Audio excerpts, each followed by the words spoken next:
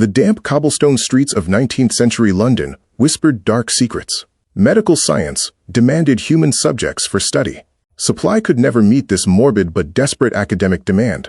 Anatomy schools flourished across Britain during this era of rapid scientific progress. Ambitious surgeons sought knowledge hidden beneath the skin. They required fresh cadavers to understand human biology. The law provided a very limited source of anatomical subjects.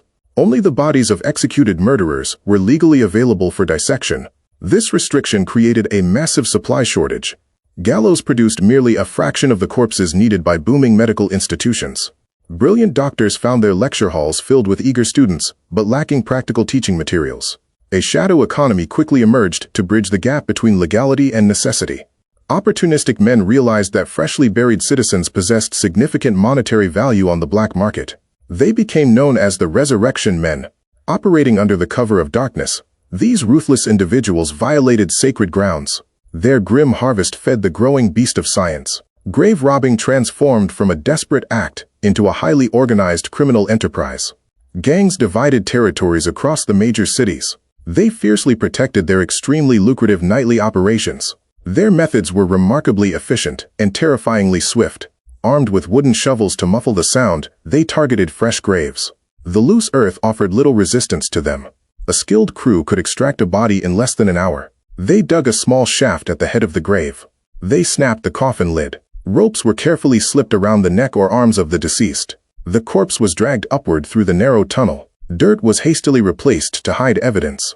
Clothes were always left behind in the dirt. Stealing garments constituted a serious felony under the law. Taking a dead body was merely a minor legal misdemeanor then. Medical students sometimes participated in these nocturnal raids to secure their own specimens. However, professional gangs dominated the gruesome trade. They negotiated high prices with distinguished anatomy professors. Prominent surgeons rarely asked questions about the origins of their anatomical subjects. The back doors of prestigious academies remained unlocked at night. Deliveries arrived in heavy wooden barrels.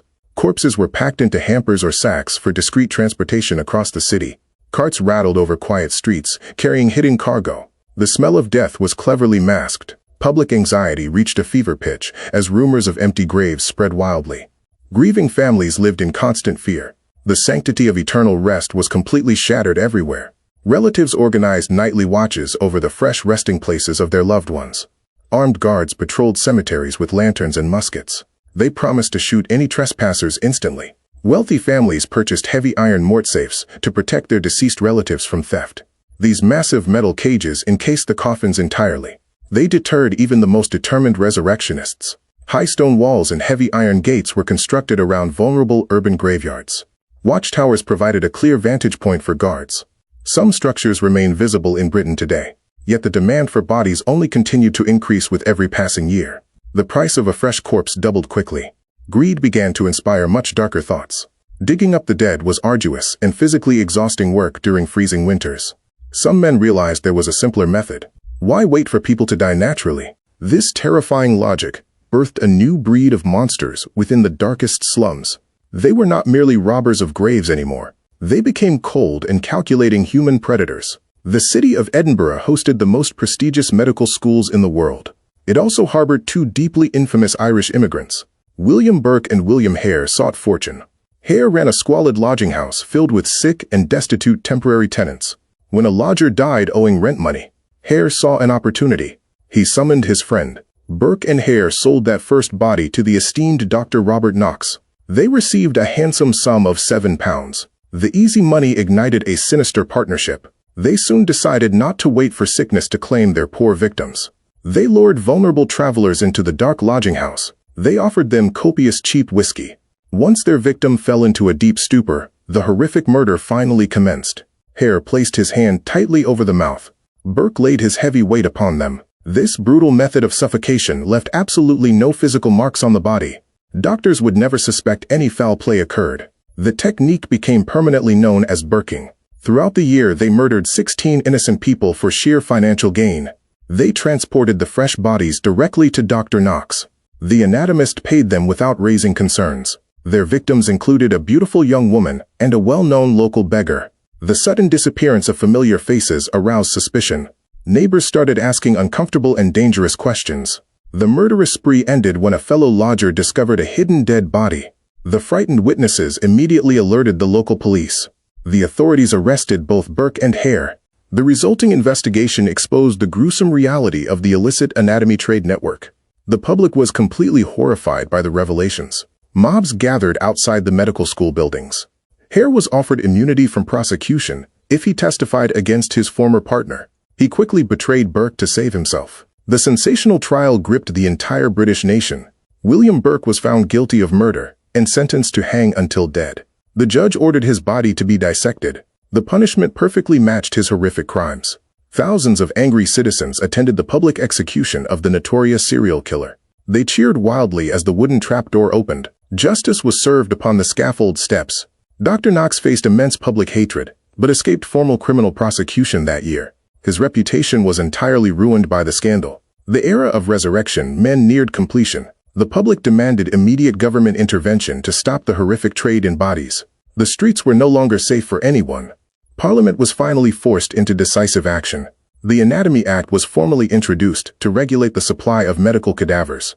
It aimed to eliminate the lucrative black market entirely. Lawmakers debated the controversial ethical implications. Passed in 1832, the new legislation fundamentally changed medical science forever. It allowed anatomists legal access to unclaimed bodies. Poorhouses became the primary source of subjects. The bodies of those who died in poverty without relatives were now taken. The burden of scientific progress shifted entirely downward. The poorest citizens paid the ultimate price. While it ended the reign of the Resurrectionists, the law deeply divided society. The working classes viewed it as profound injustice. Poverty became a crime punishable by dissection. The horrific fear of the cold surgical knife haunted the impoverished masses for generations. Workhouses were dreaded not just for their conditions. They were the waiting rooms now. Despite the ethical controversies, the legislation successfully destroyed the underground corpse trade completely.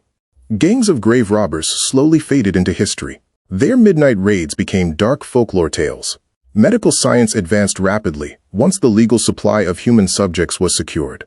Surgeons learned vital surgical techniques through extensive practice. Modern medicine owes much to this era. We must remember the unwilling participants who contributed to our current biological knowledge. The forgotten poor rest beneath the polished floors. Their silent sacrifice built modern hospital wards. The history of medicine is stained with the blood of the vulnerable classes. Progress often demands a terrible and hidden cost. The shadows of the past remain long. Artifacts from this gruesome period still survive in various quiet museum display cases. You can see the heavy iron cemetery mort safes. You can view his final death mask. A pocketbook allegedly made from the tanned skin of William Burke still exists. It serves as a morbid reminder of justice. The hunter finally became the ultimate prize. Today we have strict ethical guidelines regarding the donation of human anatomical remains. Informed consent is the absolute foundation of research. We learned from those past atrocities well. The dark cobblestone streets of 19th century London and Edinburgh keep their secrets. The damp fog rolling off the River Thames remembers. The silent graves hold their stories. The resurrection men are gone, but their legacy lives on in medical textbooks. They crossed the boundary between life and death. They traded eternal peace for temporary wealth. When we look at detailed anatomical diagrams, we should remember the early days. Before plastic models and digital scans became common, there was only cold, hard scientific truth. We owe our health to the macabre history of the Victorian anatomy schools. The quest for knowledge drove men to madness. Science and morality engaged in bitter warfare. This era forces us to confront uncomfortable questions about the nature of progress. Does the ultimate benefit justify the terrible means? History offers no easy or comforting answers. The Anatomy Acts represented a desperate compromise in a rapidly changing modern world. They attempted to balance respect for the dead. They recognized the needs of the living. Next time you walk past an ancient graveyard, with high stone security walls, look closely at the iron spikes placed above. Remember why those heavy defenses were built. They were not constructed to keep the restless dead from wandering the earth. They were built to keep the living out. The monsters were strictly human and real. The ghosts of the Resurrectionists still haunt the old medical lecture halls today. Their dark deeds paved the way for salvation. It is a terrifying and complex legacy. As the documentary ends, we leave the foggy streets of the Victorian era. The past is a deeply strange foreign country. They did things very differently back then. We close the book on the grim history of the dark resurrection men. Their names are mostly forgotten by modern society. Their impact on medicine will last forever. Thank you for joining us on this journey into the shadows of history. The pursuit of science requires constant ethical vigilance. We must never forget the darkest chapters.